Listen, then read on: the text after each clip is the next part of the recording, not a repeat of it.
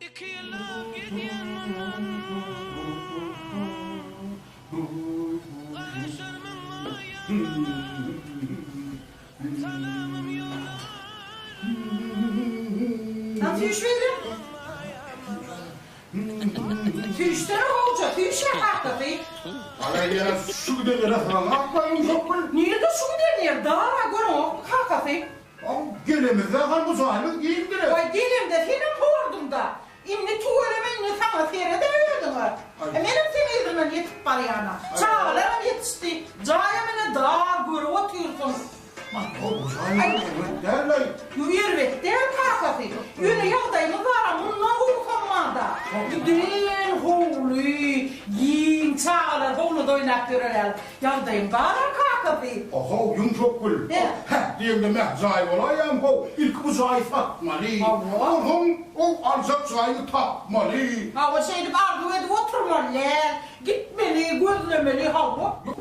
Oğlum kalksana açın ki. Ne kapısına çıkıyorduk ha? Var yo brot olacağı ya. Oğla birlikte girecek ben diyorum. Sonra falan soktu. Kimin? Dura orada gireyle bir cahilırım darım. İlk şuna mı sana? Bazı, Dik kızan gel. bazı. Esselamu aleyküm. Aleyküm. Oturdum dalamazı mısınız? Ay tümülü böyle öyle. Hoş geldin. Ne oluyor da lan? Gelsin. Ay mısınız? Oturtuyam bu. Ne girleşen leydi? Anacaydı.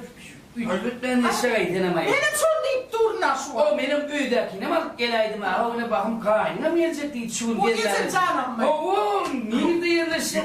Gülgün tuzla gurur kazar. Hey, doğru sakar diye gel yerleşerdin amla. Gel. Gelme doğumcum. Geçin. Geçin. Niye oturuyor? Otur ver. Onu bak, fiş olur zaten. Biraz fiş diye mi benim yerleşecek? Dur otur bana Fiş verin. Arkaya oturuverin. Ey sen bana yerinde dik durdun, sen yerinde dikimde mi yerleşecek? Fiş verin. Ay o fişti. Ey, senin ağrını şehit görmen var.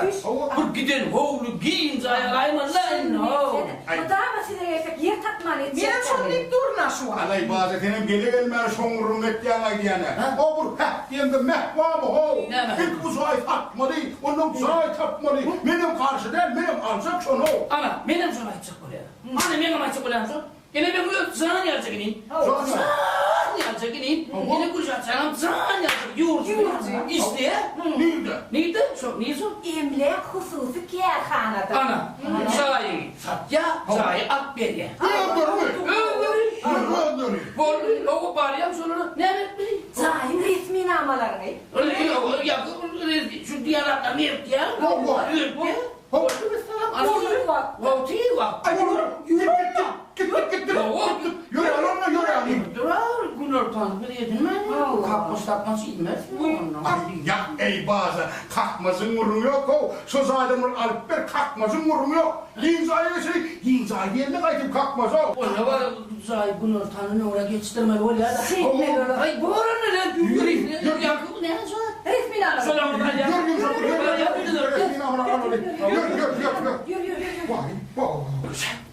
Ben müşteri taktıra yine de sen de bir kıracağım. Dayanırım zahir ol. Ben hiç yok için. Doğunun adamı kısırak işleyip. Şey de bir an işte. Ya bir